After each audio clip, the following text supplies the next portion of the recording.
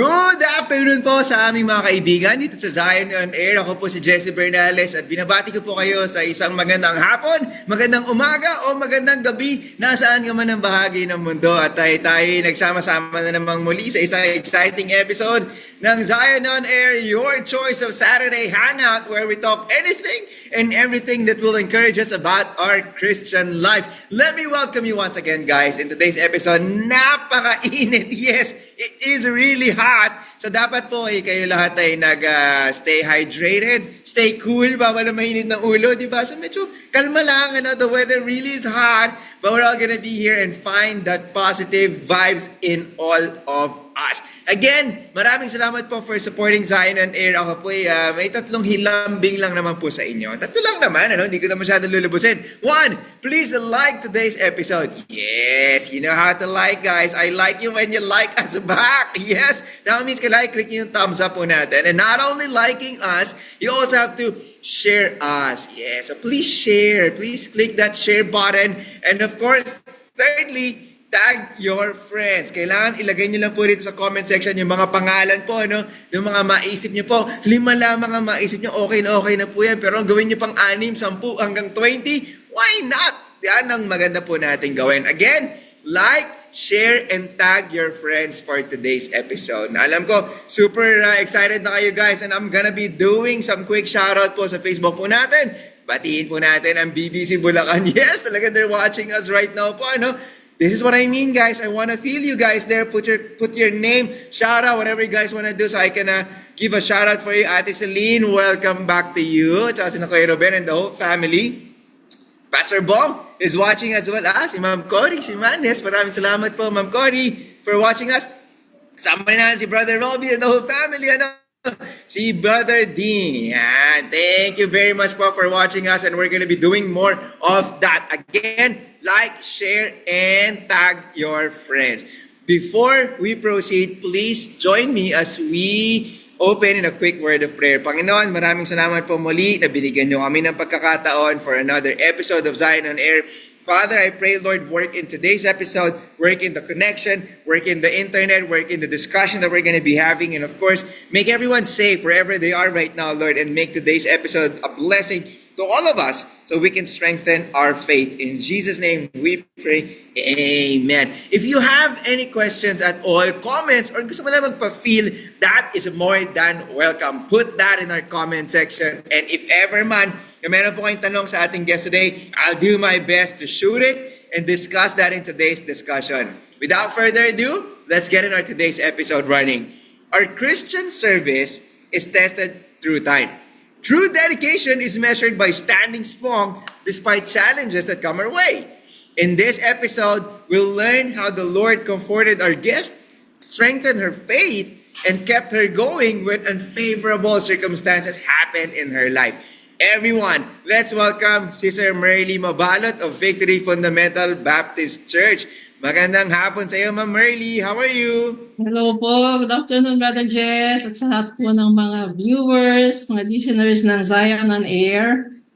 Yan. Maraming salamat, Ma'am Merly, for giving us, despite your busy schedule, you really gave us time. So thank you for that. Kamusta po ba dyan sa Muntinlupa, Ma'am Merly? Mainit din ba dyan? Opo, sobrang init.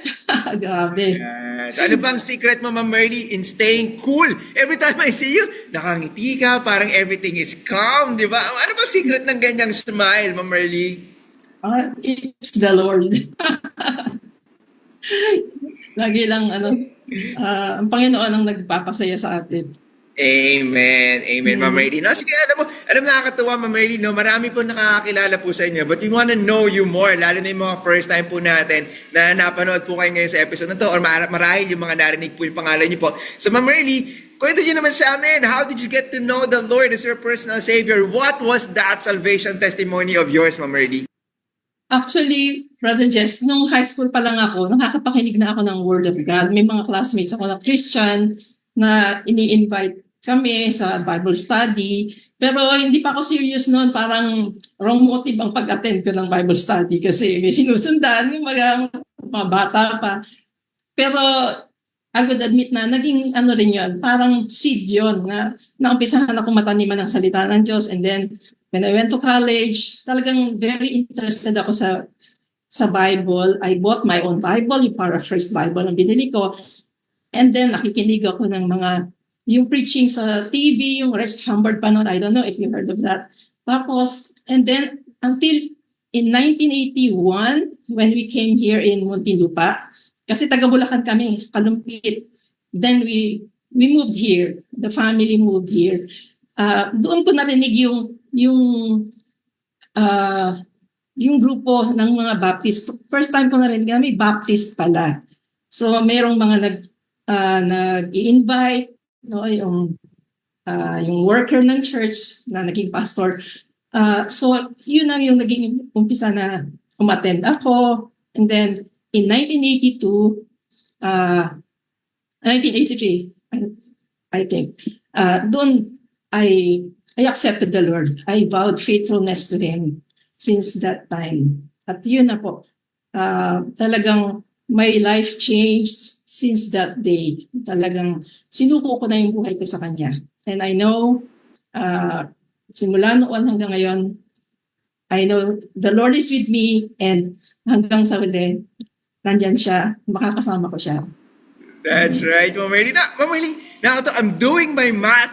So sabi mo, Ma'am Merly, na-save ka ng 1983. So, but that's around 41 years already. Yes. Years. And wow, di ba? So talaga nakakatuwa naman po yan. Pero Ma'am Merly, interesting to, Mama. So sige, so nabanggit mo, nakakarinig ka na ng salita ng Diyos as early as when you were a student still. Tapos, it started to grow on you. Pero Ma'am Merly, just a curious question. Did you grow up in a Christian or Baptist family, if I may ask it? Or did you grow in that traditional religion that we all have? No, I'm Catholic, talagang religious. No, religious ako, Legion of Mary pa nga ako. No, so talagang 21 years old ako, 23 years old ako. Simula lang tsaka ako nakakilala ng lubos sa Panginoon. Pero before that, talagang religyosa, I mean. That's right. Pero Ma'am Merly, okay. Katoliko, no? Like ako, I wouldn't know kasi like I was born into a Baptist family and I'm hearing a lot of struggles into it. Can you share to us if there had been a struggle on your side, Ma'am Merly? Kasi di ba sabi natin, okay, ito na yung nakagis na nating relihiyon. Ang hirap pagbuhin yan. But you, it was on the other way. How was that journey for you, Ma'am Merly? Oh, it was not easy kasi ang tatay ko talagang din yan saradong Katoliko. Talagang siya yung number 1 naming persecutor. No, siya yung nagbabawal sa amin na umattend ng church. No, talagang galit na galit siya sa amin. Pagka pumupunta kami sa Baptist Church nung nandito na kami sa Muntinlupa. So mahirap, no? Talagang pag merong yung gano'n na kontra sa pamilya na uma-attend ka ng ibang, sabi nila, dito na tayo nabuhay, nakagis na natin to, tapos kayo, aalis kayo dito. Ibang mga gano'n na mga salita ng mga matatanda. No? Yung lagi kami pinapagalitan. That's right. Now, I'm sure it's not easy. Sabi nyo nga po kanina, and it's always a struggle. But was there a point, Ma'am Merly, na slowly, the Lord worked in your family? So how was that journey moving forward naman para sa iyo, Ma'am Merly? Siguro nag-umpisa na ma-invite, nung ma-invite namin sila tatay, pag merong okasyon, halimbawa Father's Day, yung mga ganon. No? Tapos yung sinishare na namin siya every now and then, lalo na pag nagkakasakit siya, siyempre parang na siya wala na siyang magagawa, nandun siya sa higaan niya. So doon mo lang siya makakausap talaga na hindi siya kukontra o hindi siya makikipagtalo. No? So I think malaking bagay din yun talaga yung sinisharean siya kahit na mahirap. Minsan sinusulatan ko siya.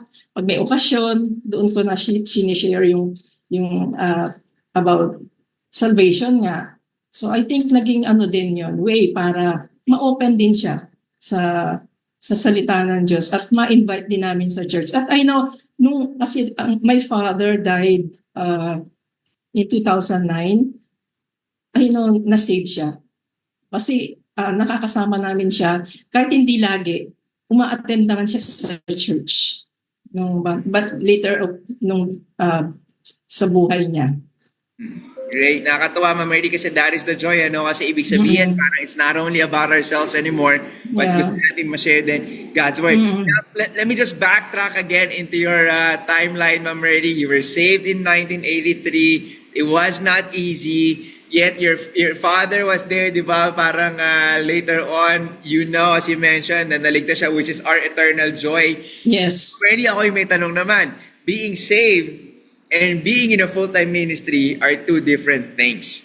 Yes. Paano ka naman napunta sa full-time ministry, Ma'am Mary? Actually, it started in 2001 when Pastor Eni became the pastor of the church. Pero before that, involved na rin ako nung worker pa lang siya sa church. No? Nagtuturo ng mga bata sa Sunday school.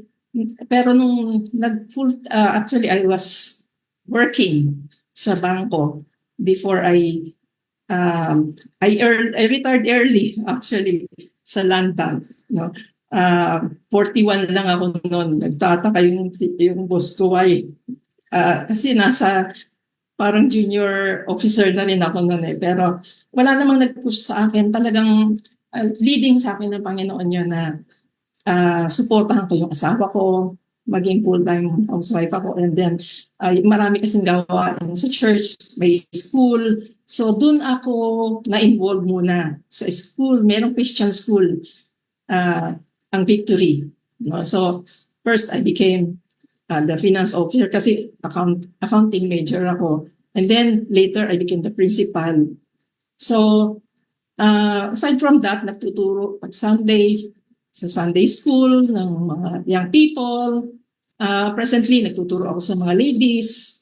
And then, nagtuturo ako sa mga outreaches, sa mga, sa labas.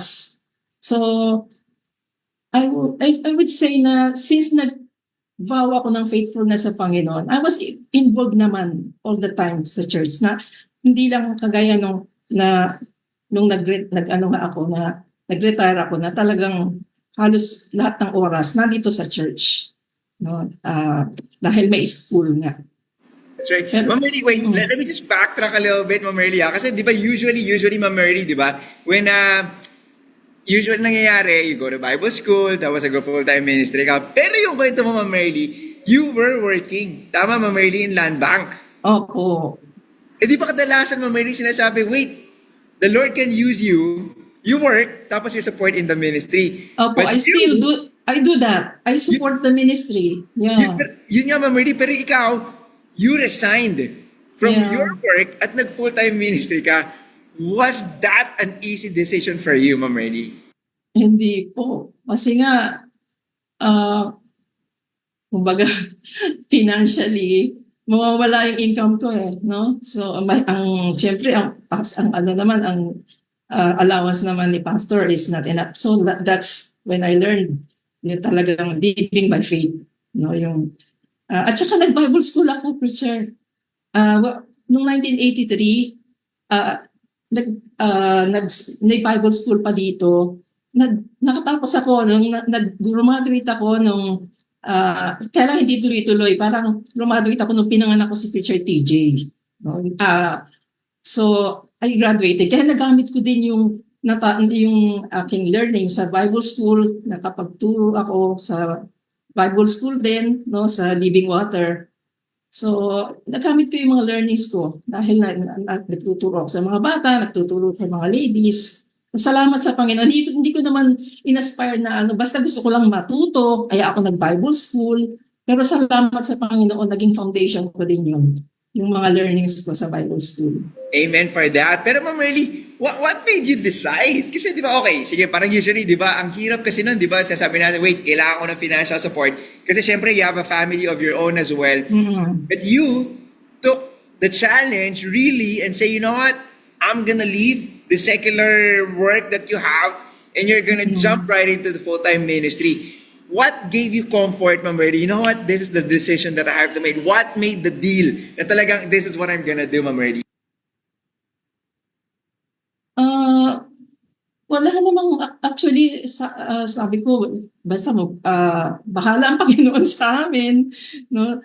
And wala akong second thought eh. Wala akong second thought na kaba na paano kaya ang aming finances, yung aming talagang alam ko God will provide. God will provide. Malakas ang loob ko. kahit yung mga family ko, family ni Pastor Eni, nagtataka, bakit ka nag-resign? Ang ganda-ganda ng trabaho mo. Pero that's I just follow the Lord's will in my life, and I have no regrets. I have no regrets.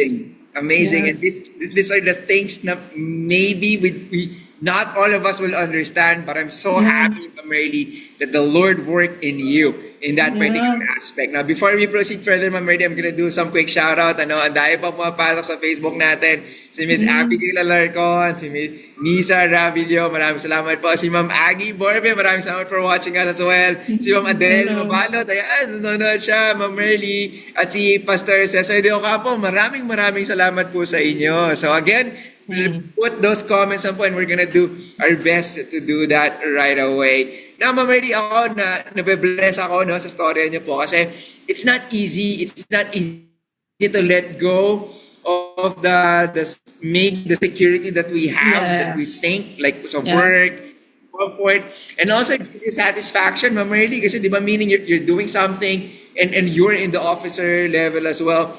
But just the same, you took the higher calling. Now let's talk about the core in the ministry. Kamusta naman po, Ma'am Merly? What are the joys that you experience in the ministry? Meaning, kasi di ba usually, Ma'am Merly, correct me if I'm wrong, ang isip ng mga tao, if you go to full-time ministry, ay, walang pera dyan, magugutom ka dyan, mahihirapan ka dyan. It's always the negative side. Is that true in your... Actually, hindi nagpapabaya ang Panginoon sa pangangailangan namin. Hindi kami nagkulang. Actually, may mga experiences ako na sabi ko, siguro, sa palagay ko, hindi ko ma-experience kung nasa secular job ako. No? Yung mga pag-travel sa iba-ibang lugar, even outside the country, na-experience ko yun only because of the ministry. No? Yung nakarating ka sa ibang bansa, sa US, no? Even in my wildest dream, hindi ko alam, hindi ko ma-imagine na makakarating ako doon. But because of the ministry, dinala ako doon ng Panginoon, kami mag-asawa. And not only once, but twice na dinala kami doon na wala kaming ginastos, no? Because of the ministry.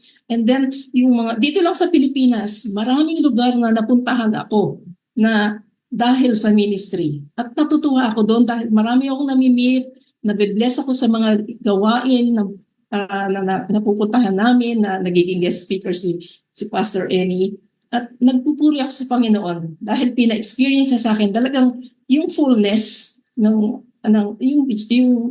yung joy talaga ng ministry, no? And hindi lang yun, yung mga kahit yung mga natuturuan mo, nakikita mo natututo, no? Yung mga bata, yung mga young people, yung mga ladies, na alam mo natututo sila, that's walang kapalit yun eh. Yun ang joy in the ministry.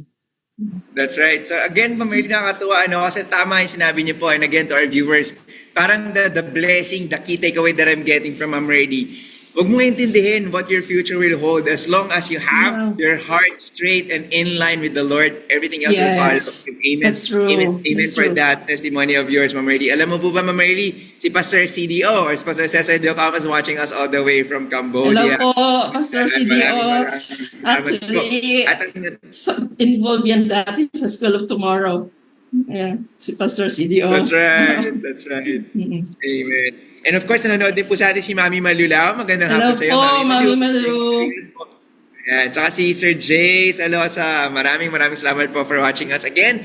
Don't forget to like, share, and tag your friends in today's episode. Now, let's discuss it a little bit more, Mami Malu. Kasi Ma'am Merly, I'm seeing the progression in this one. You were saved in 1983. Then Yes, you were in full-time ministry. Then later on, you became the pastor's wife of the church. Parang pahirap, no? Pahirap. Parang the challenging portion starts to go up. How was that transition for you, Ma'am Rayleigh? Na parang, wow, di ba? You're gonna be a pastor's wife. Your husband is gonna be the pastor of the church. You're gonna be the center of all of this, and this is the responsibility. How does that sit with you, Ma'am Rayleigh? Actually, hindi naman po naging mahirap because my husband talagang very supportive sa akin. So, hindi naman po naging mahirap ang transition. No? Kasi all the time, nandun naman ako lagi since the beginning, since worker pa lang siya. So, wala namang masyadong adjustment. I mean, Which is good. Kasi meaning, Ma'am Rayleigh, the Lord prepared the way for you, and you just sit through it, and you just said, yes, Lord, I'm here, and that happened. Now, let's talk a little bit about, Ma'am Rayleigh, about your love life. All right, let's talk about that. Di ba? We like all of these things. Paano po kayo nagkakilala ni Pastor Eni, and how did that love story start, Ma'am Rayleigh? Oh, nakakatuwa. Kasi nung 1981, pareho kaming mga bagong salta dito sa subdivision. And I have a little brother na I'm walking him nasa stroller. And then si Pastor Eni just lumapit, sabi niya, anak mo, natawa ako kasi ang bata-bata ko pa doon, 20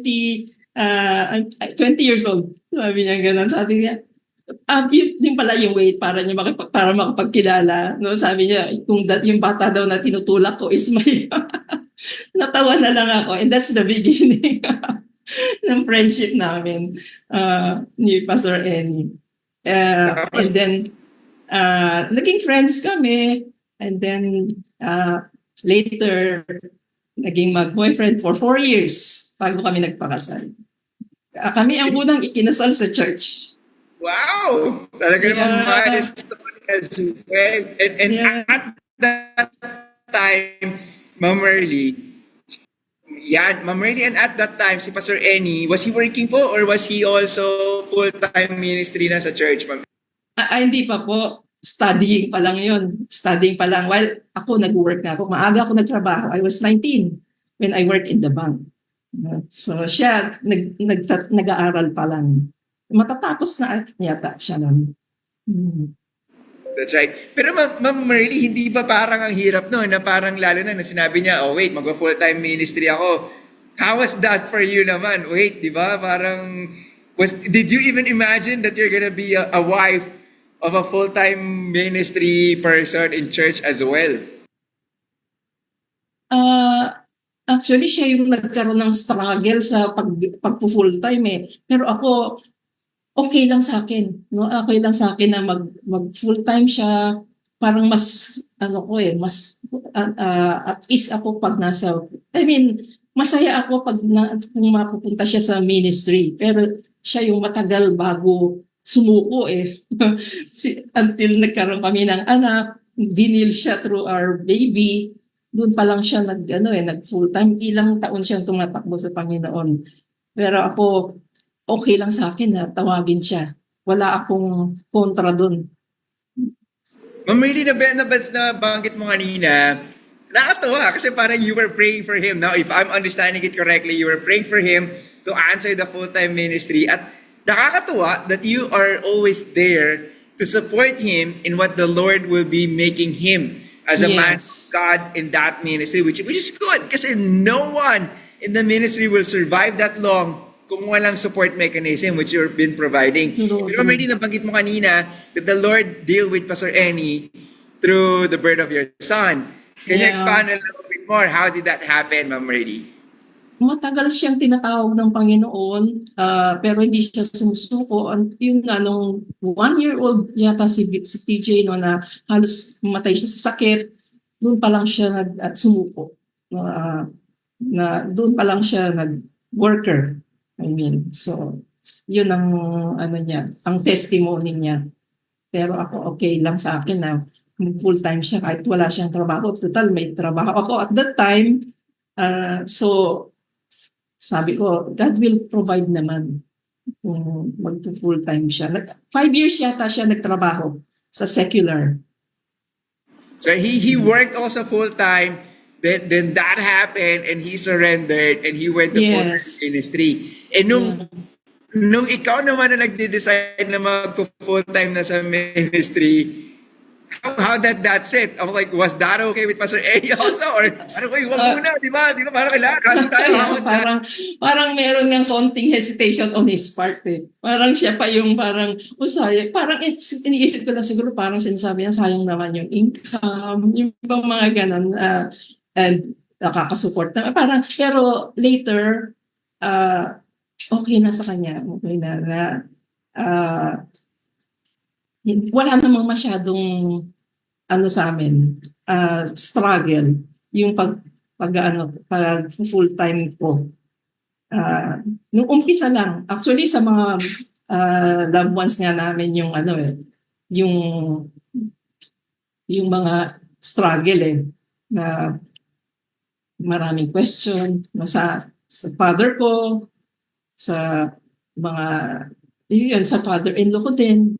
Kasi may mga benefits nga. Na, halimbawa, yung health card, yung mga ganon, mawawala na.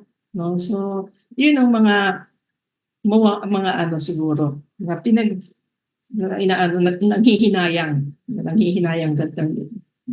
yung mga yung parents ko. No? So, at saka nakakatulong din sa finances. So, pero ang Panginoon naman, meron siyang paraan para ma-provide ang lahat Marami Amen siyang for that. And you know what, ginagawa. Ma'am Erdy? That's right. And you know what I'm seeing in that, Ma'am Erdy, is that, you know what, minsan yung ating humanly worries is actually nothing compared to the ones that the Lord is actually providing us and Yes. seeing us through. All we need to do, like what you did, Ma'am Erdy and Pastor Ernie, was just to say yes. And the Lord took care of everything. Now, Ma'am Erdy, let's talk a little bit more about the challenges in the ministry. Nabanggit niyo po yung joy that God made you experience things that had been beyond your imagination and Yes. never even thought of in the beginning. But the Lord just showed you how amazing He was. Yes. But I'm sure the ministry was not easy as well. Can you share to us as well, Ma'am Erdy, yung mga challenges that you experienced in the ministry po?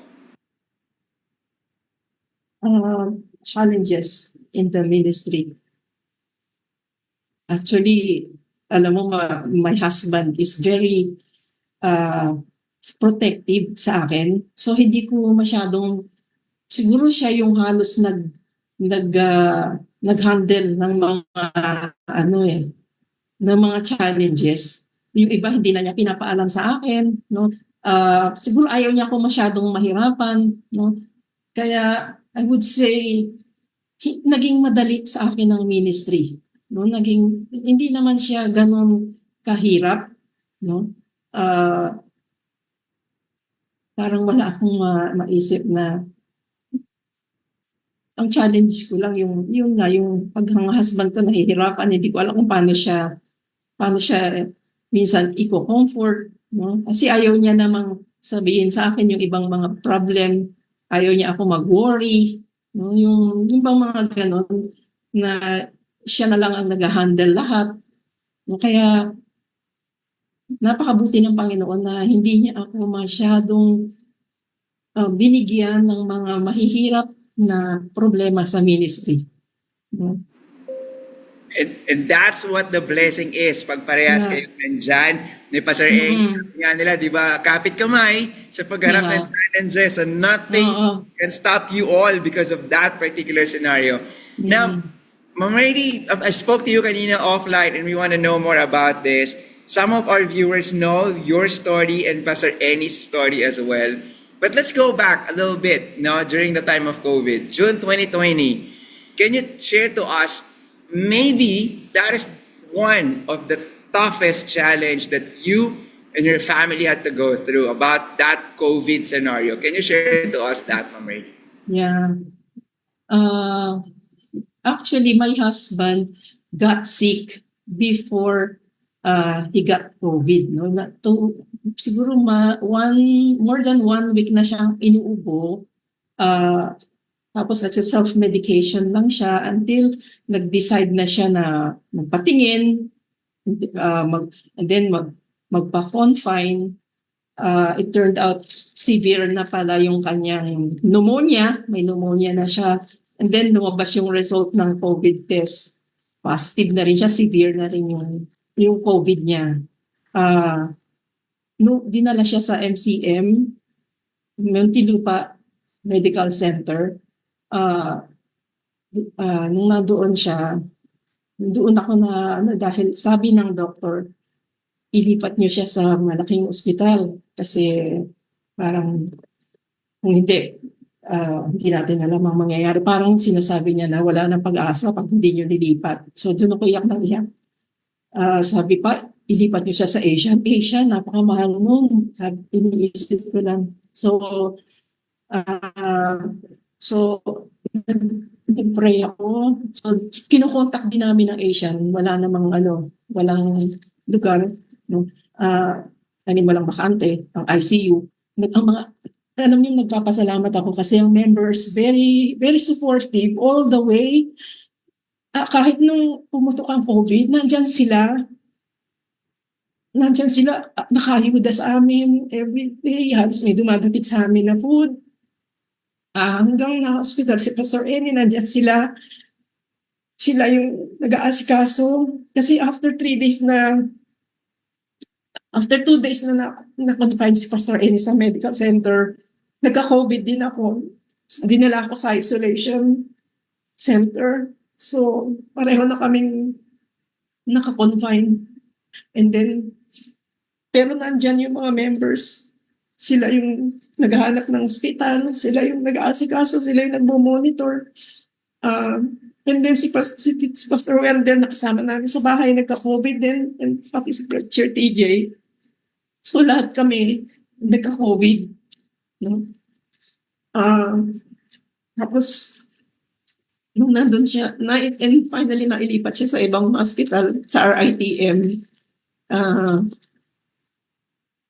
Okay na siya eh. Okay na siya. Sabi niya okay na siya.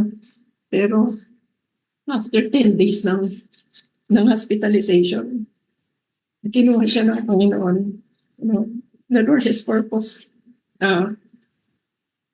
So, sa pasalamat pa rin ako dahil binigyan niya ako ng strength. Habang nandun ako sa hospital, yung mga word of God na natanong sa puso ko, yung nag-comfort sa akin. Yung mga preachers na naririnig ko na nangangaral during that time, nagbigay sa akin ng strength. At naaalala ko yung mga promises ng Panginoon na hindi niya ako iiwan, hindi niya ako pabayaan. At nag-stroke sa akin yung, the Lord is my light and my salvation. Whom shall I fear? The Lord is the strength of my life. Of whom shall I be afraid? Wala akong dapat katakutan. The Lord is with me. So, salamat sa salita ng Diyos. Salamat sa Panginoon na nandyan. Hindi niya ako, nakaya ko because of Him. Sa ako niya na hindi niya ako ibigyan ng pagsubok na hindi ko kaya. Kaya salamat sa mga promises ng Lord. Kaya mahalaga talaga yung mga word of God na napapakinggan natin. It comes pag kailangan natin. No? At yun ang nagbibigay ng comfort sa atin. Salamat sa Panginoon. Siya lang talaga. Kaya nakakayanan ang mga problema. At yun yung pinakamabigat na sa biyaya ng Panginoon, nakayanan because yung mga nangangaral, yung salita niya, purihin ng Panginoon. Thank you for sharing that, Ma'am Rady. You know, that my takeaway, I don't know what to say, but my takeaway there, Ma'am Rady, is that parang even at that toughest time, talagang the Lord was praised in that particular scenario. And that was not easy. But you know what, Ma'am Rady, the comfort of us believers, that in the morning, we're gonna see him again together with our fellow believers. Ayun yung truth no, na imbang someday I will see him again. Yun yung comfort ko noon na wala na siyang sakit, magaling na siya. So yun yung mga comforting words sa akin. Thank you very much, Ma'am for that. And we are praying for you and the family. Nakakatuwa. Like si Ate Celine, like shared, she has also been watching the devotion of Pastor Annie, which is great. Si Miss Mirna Tamandao is also here, and the love just keeps on coming your way, Ma'am Merdy. But you know what, Ma'am Merdy, when I see you, I see the strength, which is really, really amazing. Kasi di ba po, we've seen people po na when this kind of challenges come, wala na, it's end of the world. Parang the purpose is gone out. I know you mentioned this earlier, Ma'am Merly, pero where do you get the sustaining strength and the sustaining excitement? Kasi kung tawa ka lang, Ma'am Merly, sorry, pardon me on this one, but kung let's say yung regular non-Christian ka, why would I do that? Di ba? Parang I gave my life to you, Lord. Then all of a sudden, you did this. Parang I denied myself of worldly pleasure. Pwedeng mangyari yun, di ba, Ma'am Merly? But you chose not to. Why? What's the reason for that, Ma'am Merly? Siguro it's, yung trust ko sa Panginoon na He knows what is best. Yung, alam niya kung anong mabuti sa bawat isa sa atin. So I just, sabi ko nga, yung aking, yung naging isang verse na talagang nagpalakas sa akin, the Lord is the Psalm 27:1. The Lord is my light and my salvation. Whom shall I fear? The Lord is the strength of my life. Of whom shall I be afraid? Tsaka yung aking life verse na trust in the Lord with all thine heart and lean not unto thine own understanding. In all thy ways acknowledge Him and He shall direct thy paths. So, yung tiwala ko kasi sa Panginoon siguro, at saka kung gaano ko siya kakilala, yun yung nagbibigay sa akin ng lakas. Alam ko He's always there for me. Na hindi niya kami pababayaan. Kaya mahalaga yung mga word of God na natutuhan natin. Talagang maganda yung may pundasyon tayo sa salita ng Diyos. Dahil iyon ang magiging natin in times of storms, yung mga times na may problema tayo. Yun ang ating panghahawakan.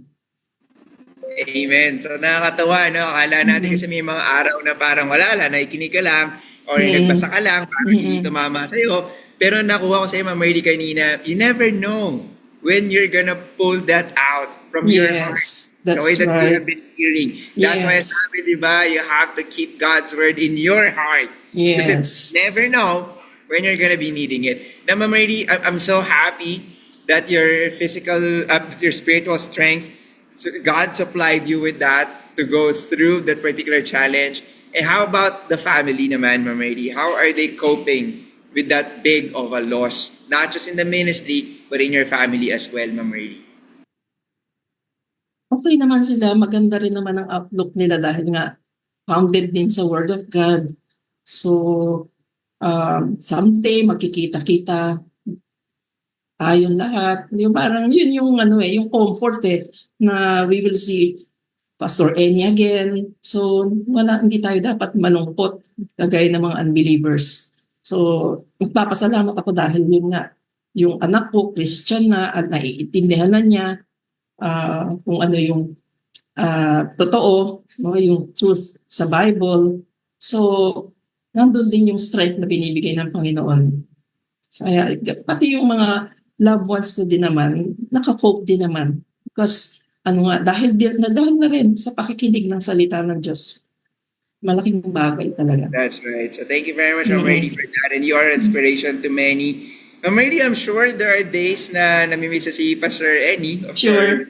How do you cope with that? Parang kasi parang hirap.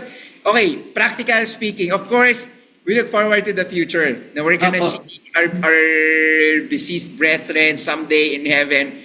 But that's quite far. There are times na parang, oh, I miss Pastor Eddie. Mga ganon, di ba? How Mm. do you deal with that, Ma'am Merly? Ah, siguro ano lang, nagpe-pray lang ako. Pero siguro, I refuse to be sad. No? Ayokong malungkot. Mas gusto ko yung naaalala ko yung masasayang moments namin. No? Ah, so, iniiwasan kong umiyak na yung parang ah, yung bang ayokong umiyak dahil yun nga yung dahil sorry yun na mas gusto kong alalahanin yung masasaya na alaala kaysa yung mga huling araw niya, yung That's pagkawala right. niya. Mm-mm. Yeah. Ma'am Merly, sabi ni Mami Malu, inaaliw namin siya, ipinapasyal na. Yan ang gusto ko. Mami Malu, nalulungkot din ako minsan. Sama mo rin pa ako dyan sa pasyal. Nabiro lang. Ma'am Merly, sabi mo, gusto mong alalahanin yung mga nakakatuwang bagay niyo ni Pastor Eni. Name me one example na talagang pag naalala mo to, wow! Di ba talagang naalala? Ano, one instance na naalala mo that encourages you together with Pastor Eni, Ma'am Merly. Yung mga times na nagde-date kami, no, we go out of town, kami lang dalawa, no, yun, masaya. Yung mga times na nasa ibang bansa kami, masaya yun. No, so yun na makes me happy. No, yung mga times na naaalala ko yung magkasama kami lagi. Actually, lagi kami magkasama. No, ni Pastor Eni, inseparable. Kahit saan siya pumunta, magkasama kami lagi. That's right. Ma'am Merly, let me just commend you here. Let me pick up what you said. You said you refuse to be sad. And that takes a lot from your heart and from yourself. Na you know what? This is not what I want. And that is what I admire you with, Ma'am Merly. And please keep on doing that. Marami po nagbe-bless niya. I'm looking at the comments po na sa Facebook. Ang dami nagpo-post here.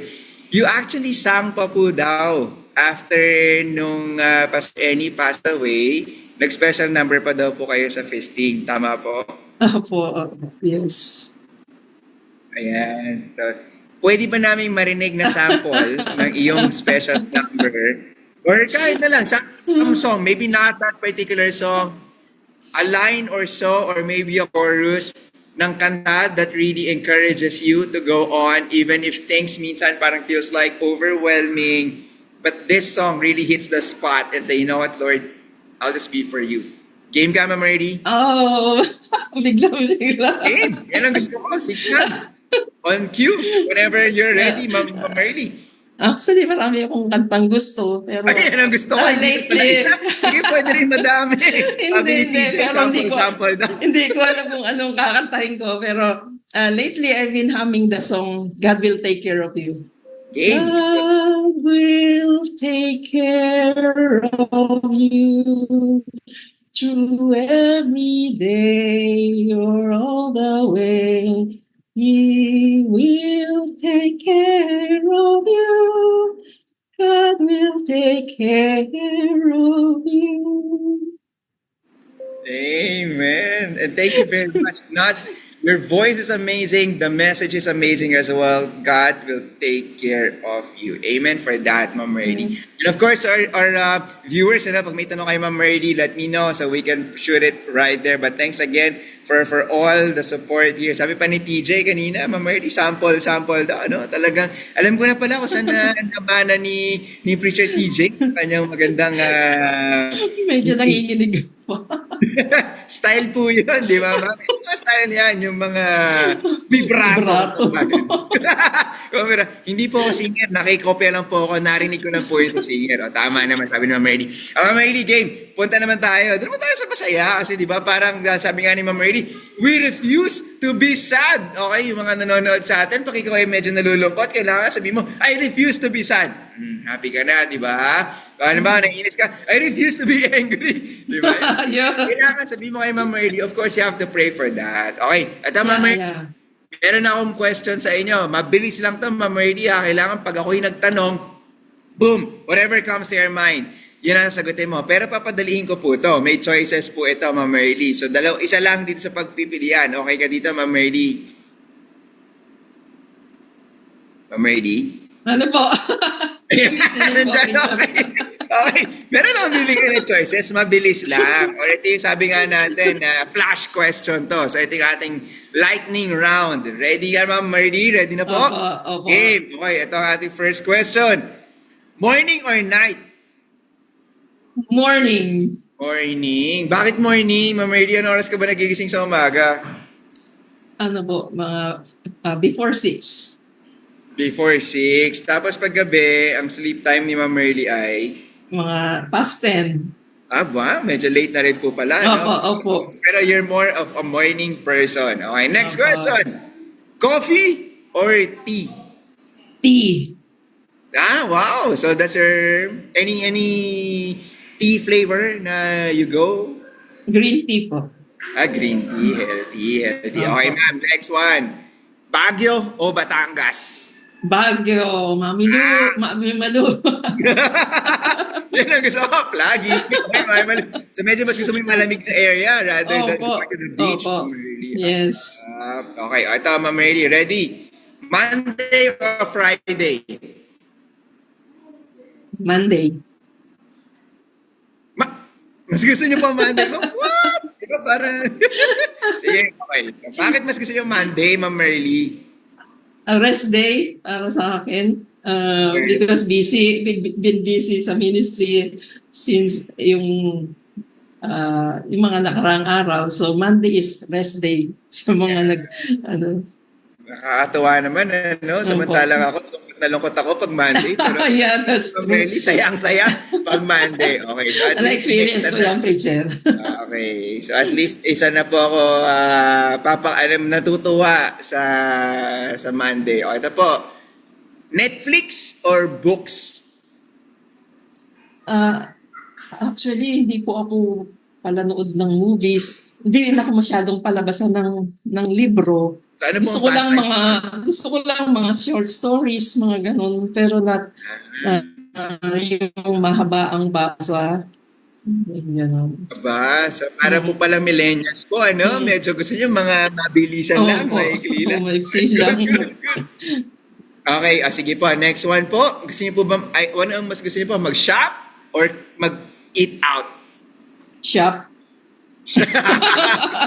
Shop ba? What? Diba, girls, do that. Diba, shop? Yeah. Okay lang. Mag-shopping. Shopping po tayo. Ito po. Ano po mas gusto niyo po? Mas gusto niyo po bang lumipad sa aeroplano or mag-sail sa boat? Lumipad. Yes. Regular flyer. Yan ang gusto ko kay Ma'am Merly. Ano? When was the last out of the country trip you had, Ma'am Merly? At saan? Sa US po. Recently ba to, Ma'am Merly? Opo, last year. Oh, wow. So, saan kayo nagpunta sa US, Ma'am Merly? Ano po, marami, parang nilibot kami nung aming host doon eh. After po naming mag-attend ng camp meeting sa Arkansas, tapos punta kami ng San Diego, San Francisco, ano ba yung mga pinuntahan ng California, yun nga, sa LA. Maraming pinasyal kami. Sarap. Opo. Gusto ko yan, Ma'am Merly. Sa dami, hindi mo na maalala. Medyo parang... Ang dami. Nakakatawa, ano? Good. Okay, next one. Sa chocolate, Ma'am Merly. Sa chocolate, dark chocolate or milk chocolate, Ma'am Merly? Bar chocolate. Dark chocolate, mint chocolate. Gusto mo ba, Ma'am Merly? Alin po? Milk? Yung mint. Yung chocolate. Ayoko po. Ng mint. Okay. Malay mo lang, di ba? Malay mo lang kasi gusto niyo po yung Monday. Baka nagpakasali akong bago gusto niyo rin po ng mint chocolate. Sige, ito po. Last two. Sunny or cloudy, Ma'am Marley? Cloudy. Cloudy, wow, bakit cloudy? Di ba usually sabi na pag sunny, parang it makes you feel bright and positive. Pag cloudy, medyo gloomy and sad. Pero why do you like cloudy, Ma'am Merly? Iniiwasan siguro yung init ng araw, no? Yun lang. Kasi lalo ngayon, we need clouds. So sobrang init. That makes sense. That's right. That's right. It's colder. It's colder. Ito na, Ma'am Merly, last natin ha. Would you rather sing or would you rather write? I love to write also. No? Nung natrabaho ko kasi noon, more on writing eh. So, pero I love singing. I love singing. You love singing. Ayan. Yes. Baka naman po gusto nyo rin mag-sample ng isa pang kanta, Ma'am Merly. Pwede naman po yun. Sabi nyo, marami po kayong kanta, di ba, Ma'am? Dahil dyan, pwede natin dalawahin, di ba? God takes care of you kanina. So, may isa pa bang gustong kantahin, Ma'am Merly? Siguro, were it not for grace. Yan ang gusto ko pa ni Ready. Go ahead, Ma'am Merly. Were it not for grace, I would tell you where I'd be wandering. I forget the lyrics. Wandering down some moon. This road to nowhere, with my salvation up to me. I know how that would go. The battles I would face, forever running, but losing the race, were it not for grace. Amen. Thank you, Ma'am Grady, actually, for gracing us with your voice. Tumulong pa talaga ako kanina, di ba? Huwag mo intindihin. Sorry, I forgot the lyrics. Medyo mali. Extra lang po yun. Extra lang. Hindi ako mali. Medyo mali lyrics. Alam ko si Preacher TJ nandyan has always been supporting on you. Ayan. So, susunod natin pagkikita, Ma'am Merly, kakanta ka live dapat. Kasi natutuwa. Ma'am Merly, alam mo, nakakatuwa, no? For the past 40 minutes or so, almost an hour, we talked about how the Lord changed your life, how you met Him as early as mga 1980s, how you had God led you in the full-time ministry. Tapos you met Pastor Eni, but the plan of the Lord is quite different. That the Lord took him, but just the same, you're still continuing and you're using your testimony to encourage others, and we praise God Amen. for you in working on that one. Meron ka bang encouragement or message sa ating mga listeners right now, Ma'am Merly, before we close?